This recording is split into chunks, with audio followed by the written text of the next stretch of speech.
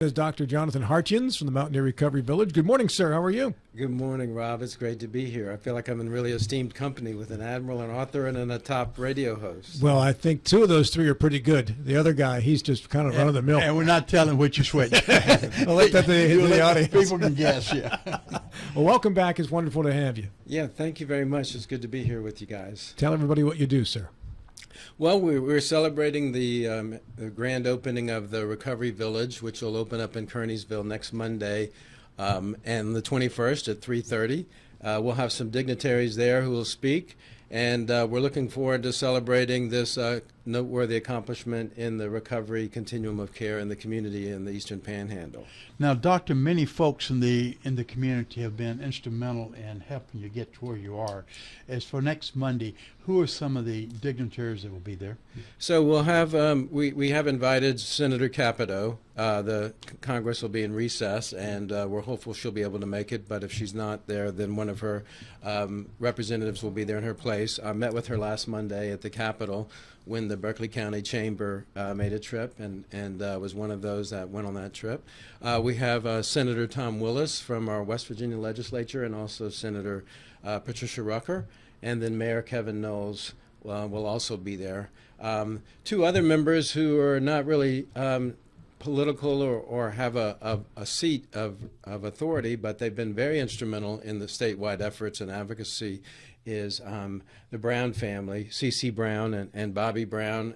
They established the Ryan Brown Fund with DHHR back in 2018 that the state has allocated funds from to combat substance abuse, and it was from that fund that we received money to initially buy the 72 acres that the Recovery Village sits on. It's an extraordinary vision that you've had for this. Yeah, the vision has been beginning back in 2021. We started with the Mountaineer Recovery Center, and we noted after people were going through COVID and all the shutdowns that a lot of people who left treatment with good intentions and good recovery skills, but they went back to the same environments they came from. And that just was a recipe for relapse. And so we realized we needed to have a community that provided, one, affordable housing, and then also provided a place where they could be held accountable, and also provided some support resources. Like one of the things that we provide in the village that makes us somewhat unique is that we provide transportation to and from work. And so members are self-paying, they pay to live there. But we provide them transportation to work, which is a big boost to our employers in the community because they get a known commodity. We drug test the residents of the village where they get reliable transportation, and so the employers come out with a win also. How many units will be available when this opens? So we're developing it in 3 phases, Rob. So the first phase is what we're doing the ribbon cutting for next week, and it'll have enough housing for 54 people. And then the next phase, depending upon costs and budgeting and funding that we may get, phase 2 is to create apartments for another 100 people. And then phase 3 and 4 is 3-bedroom condos, townhouses, that'll be set up for families to reconcile. Our goal is to also get kids out of the foster care system and have them reunified with those who are now in recovery. The 54 you're talking about in phase 1, are they single occupancy or are they paired or double occupancy or what? Yeah, it's a good question. So it's the recovery residences that we're opening next week have, it's called congregate living. And our model is somewhat kind of like college living with a freshman dorm. And then as you show progress and have more time, clean and sober, then you can step down with a little bit more autonomy and relaxed rules as you stabilize in your recovery. And so that's the progression to move to phase 2 and 3 and 4. How do you get into this recovery village? Well, people can apply online. Our website is semperli.org, and or they can simply call us. And but the website's the main way that people access us. How do you spell that website? They just there's a form online to apply, and then we follow up in response to that, either by email or text or phone. We do a brief screening. And then if they are a suitable candidate, then they can come in right away. Semperli.org. and that SEMPERLI? Yeah, so we have that. What's been really interesting, Rob, is that the people that are coming to us are from all over the state. It's been very surprising to see people coming from Beckley, Huntington, Charleston, and I think it's a testimony to the economic opportunities here. People all over the state can get clean, but not everyone around the state can get employment, and that's something that's readily available here. So a lot of people move here with the intention of not just getting a new life with their sobriety, but also getting new economic opportunities. How much monitoring has been done with the residents in the village? How much, what is it? Monitoring or the supervision, yeah. Yeah, so that's another thing that's unique about our model, Bill, is that we have in-home house managers, somewhat comparable to a dorm RA in college, who oversees and makes sure that they're in by certain times. But there's curfews for the residents. Make sure they're following certain house rules. There's house chores, things like that. Things that we would all have in kind of a family environment with responsibilities. And so we have 2 house managers in each house that alternate being on duty and oversee the residents. Is it an entire family can move in? Not yet. Phase 1 is just where singles move in. And then as people progress, then the next phase would be in phase 2, where they could move into a 2-bedroom apartment, perhaps with 1 child. And then phase 3 and 4 will be the 3-bedroom townhomes where whole families could be reconciled together. What is measurable success that allows you to remain in the village and progress to the next level? Yes, so the main things are measured by continued stability and recovery, clean drug screens. Usually we like to see people stay clean 6 to 9 months. A full year is optimal because there's certain seasonal things that can be triggers for people, like going through certain holidays or anniversary events that can activate certain triggers for using. There's temptations around the holidays to drink or at holiday parties. So we like to see people go through all the annual events of a year and then progress on to the next phase. So recovery village as opposed to detox. So the people who arrive have already gone through the critical phase? Yeah, they've already been detoxed. They have most of them have gone through some kind of treatment, maybe either outpatient treatment or residential treatment. There may be, for many who are leaving residential treatment, the challenge for so many is they've gotten in trouble with the law. They burned their bridges with their family. They've lost their jobs. And so starting out from scratch, when you are just getting clean and sober and trying to rebuild your life, it's really an uphill battle. And that's what makes it so difficult for so many. So many, after a period of time, just say, well, why bother staying clean? It's too challenging. And so the Recovery Village is meant to be a place where they can land, have affordable housing, have the supports, just to get back and forth to work. The transportation is a real big asset for a lot of our residents. So this is an alternative for someone who realizes they're in a fragile state, but they haven't yet lost everything. They do have a job, but Correct. This is a place they can come live. Correct, exactly. So the fragile state is exactly right, and we try to give them a platform of stability that they can land on and from them grow forward in their recovery. And backsliding must happen. And what's that? Backsliding must happen periodically. Yeah, and what is the consequence? So if somebody we do have protocols in place for somebody relapses. We have good partnerships with other treatment providers so that we can provide them access to detox resources or back into treatment.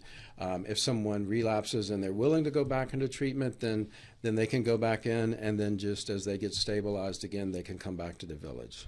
Doctor, over the last 4 or 5 years, you've been so gracious in sharing with us your dreams and the progress you've been making. This has been not only an ambitious program, but it's been an expensive program to get off the ground. Where did you get a lot of your financial backing?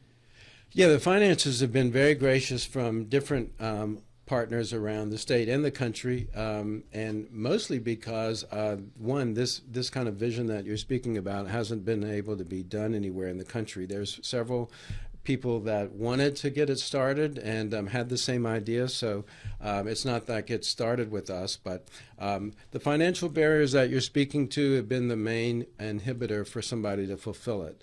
What has been so helpful for us is we've had state partners. When we first cast the vision with DHHR back in 2021, they were very supportive, and they gave us some grant funds from the Ryan Brown Fund to buy the land. We proposed it to Senator Capito, and she awarded us some congressional delegate spending in 2022. And then we've also had private donations and capital fundraising that have gone into the process as well. Will there come a point in the planning where this is self-sustaining by people who are paying rent? Yeah, essentially? good point, John. That's exactly what the model is. So the primary challenge is the startup cost to get it going, and the construction. And one of the challenges is most federal grants. There's a lot of HUD funding out there, but very restrictive about any new construction, which was all this was. The contributions from the various parties that I mentioned were very pivotal to get this going, and they were able to get us going in a direction so that once it's fully operational, it will be self-sustaining. Do you have funding for phase 2 and phase 3/4 yet? We don't, and so that's now that we passed this first phase 1 opening, that's our next objective. Is this year there's a number of grants available. There's forgivable loans, federal forgivable loans available that if you comply with certain standards, those loans get forgiven. So we'll be working on those through the latter half of 2025 with hopes of starting construction in 2026. Let's talk about your golf tournament. Speaking of raising some additional funds. Yeah, so we have an annual Rounds for Recovery held out at the Woods. It's a really fun event. It's June 9th this year, and so it's coming up in a couple months. We have Apple Valley Waste is our top sponsor. They've been very gracious and supportive of us, and then Bank of Charlestown has also been a big supporter. And we have a few other businesses that really come behind us, so we're thankful for those sponsorships. We tend to have about 100, 125 golfers out on the links this year, and usually it's a great way of the business community. Many people, people you wouldn't expect. There's a lot of people in the business community you would not know had an addiction history. But they've mastered the challenges of recovery and now are doing very, very well, and they have a desire to reinvest back into the recovery community. And how do you register? You can go to our website on semperli.org. We have a link for Rounds for Recovery, and you can sign up that way. There's a QR code on there. You can sign up your players and also pay online, and so that's the most easy access for registration. What are you charging this year to play around?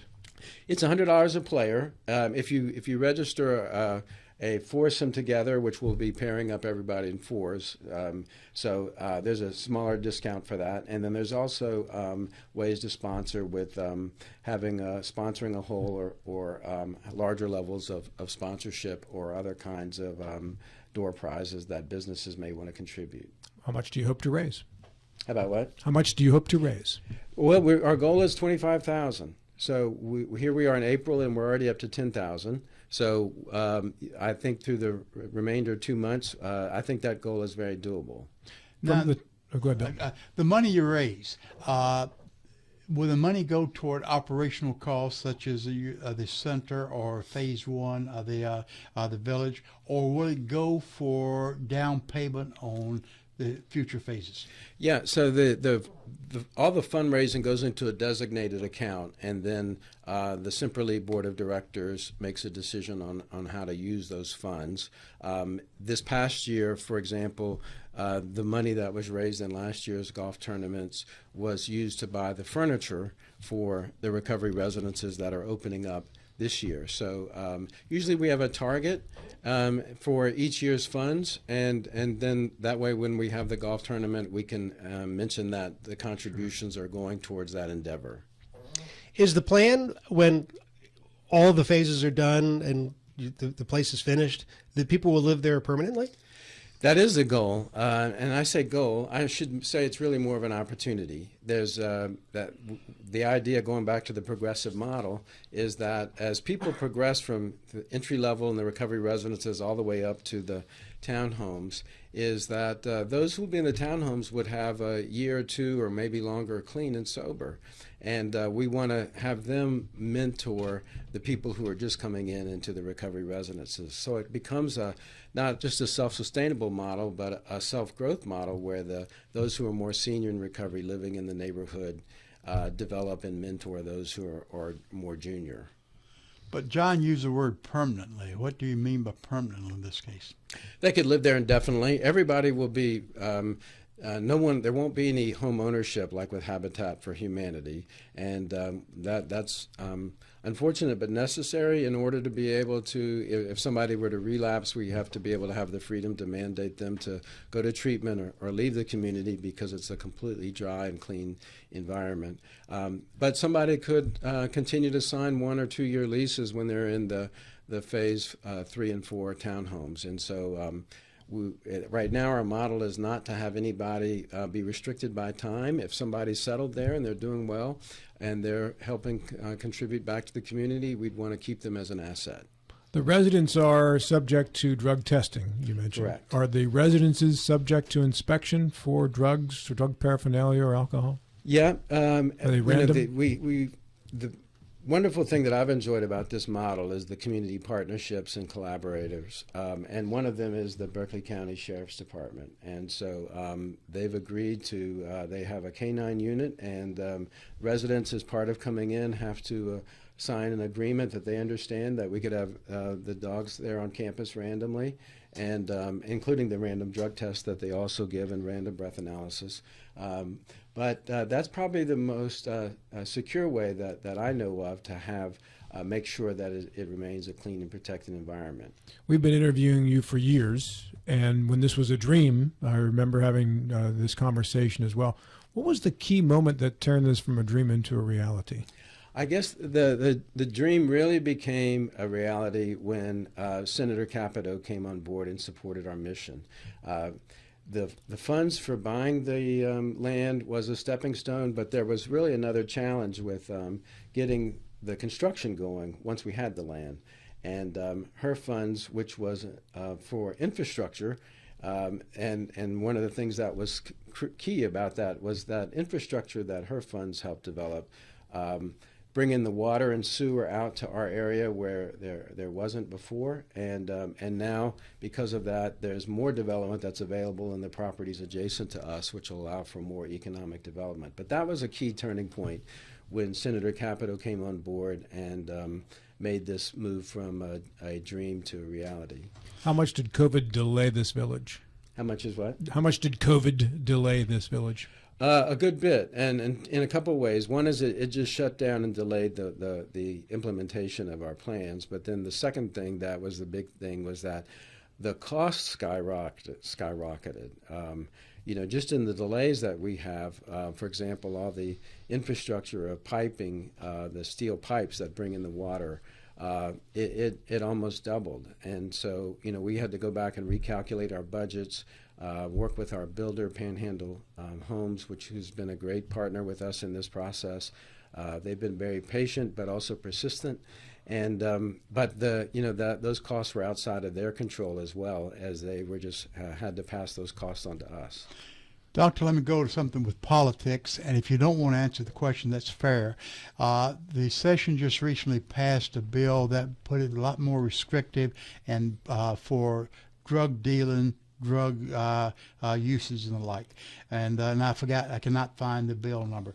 But it was some of the criticism of the bill was that the line between a dealer and a user, someone using, was very blurred and very difficult to discriminate.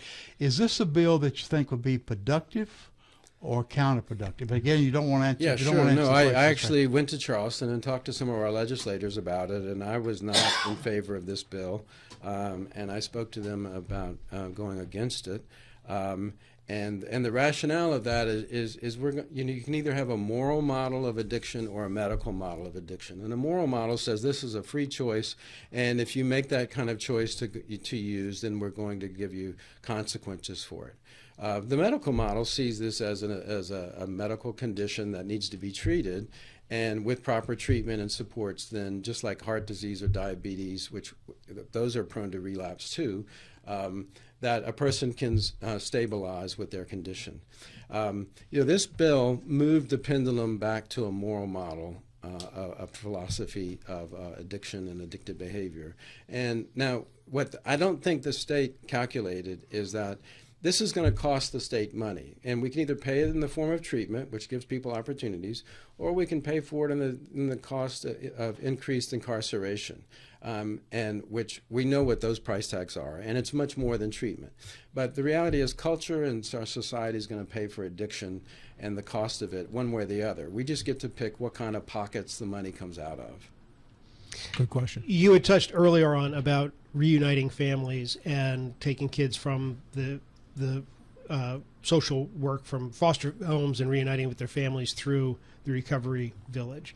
Has that been fleshed out as a plan with the social services? And yeah, that's again a part of our collaboration, John, is with Child Protective Services, foster care, to be able to move kids who've been placed in foster care, and presently, if somebody has a child in the context of drug paraphernalia, the kids are removed immediately, and so that separation occurs.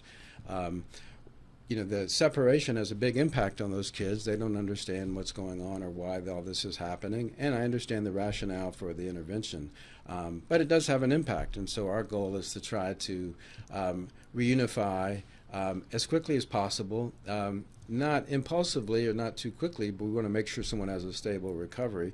But we do want to get the families back together to be able to take the burden off the state and to also reduce any kind of developmental impact that might have on the children. Dr. Hartiens, 1 minute left. Could you tell us once again about the grand opening? Yeah, next Monday, the grand opening will be at 3:30. So we are excited about that. It will be, the address for the event is, our street address is actually 12 Steps Court. In keeping with the AA tradition. So 2012 Steps Court is the address. It's right off Van Meter Road, adjacent to Pleasant View Cemetery out in Kearneysville, which most people know is right across the street from the VA hospital. And the golf tournament? Golf tournament is June 9th out at the Woods, and registration can be done at semperlee.org. Very nice. And the final question for you is a quick one. Are we making progress? Yes, making progress on that. That's the important thing. Yeah. Thanks so much for coming in. It's always a pleasure to visit with you, sir. Thanks for having me. It's always a joy to be with you guys. You always are happy. That's what I love about coming in here. Yeah, it's a good place to work. Yeah, Yeah. I can tell. Rob insists upon that. You cannot walk in the door unless you're happy. That's I a had rule. to check my unhappiness at the door. I saw that. Good to see you again. Thank you so much.